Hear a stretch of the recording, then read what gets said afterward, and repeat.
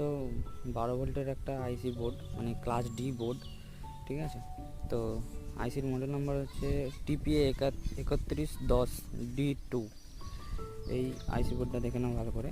এর আউটপুট হচ্ছে যে 15+15 ওয়াট। পেছনে যদি দেখিয়ে দিই, 15+15 ওয়াট আউটপুট।